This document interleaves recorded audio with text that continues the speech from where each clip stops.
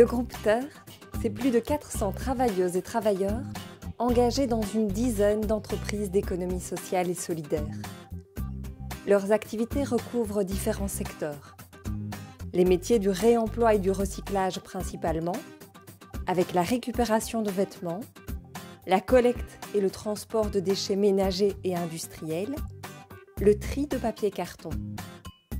Mais aussi le secteur de la construction, avec le placement de cloisons amovibles et la production de panneaux isolants acoustiques.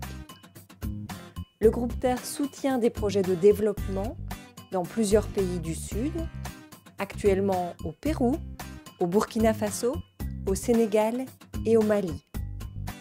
Le groupe accompagne également des personnes en situation de précarité, notamment en proposant des logements. Enfin, le groupe Terre dispose d'un service de support aux entreprises du groupe. À travers ces entreprises, le groupe Terre cherche à créer un monde démocratique et solidaire. Son objectif premier est de créer des emplois stables pour des personnes au départ peu qualifiées, dans une optique d'insertion socio-professionnelle. Avoir un salaire, apprendre un métier, travailler en équipe sont des étapes importantes pour trouver sa place dans la société. Mais le groupe Terre va plus loin. Il vise à former non seulement des travailleurs, mais aussi des citoyens actifs et responsables. Les entreprises du groupe associent leur personnel à la gestion de l'entreprise, grâce à un système de gestion participative en démocratie directe. Un système qui repose sur un cycle de réunions au cours desquelles les travailleurs et travailleuses se forment à la gestion participative, échangent des informations, débattent et prennent des décisions.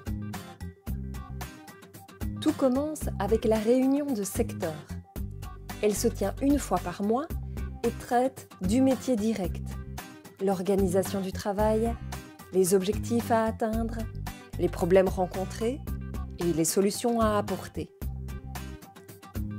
Les décisions stratégiques et politiques, elles, se traitent en assemblée générale. Une assemblée générale un peu particulière, puisqu'elle est majoritairement composée de travailleurs.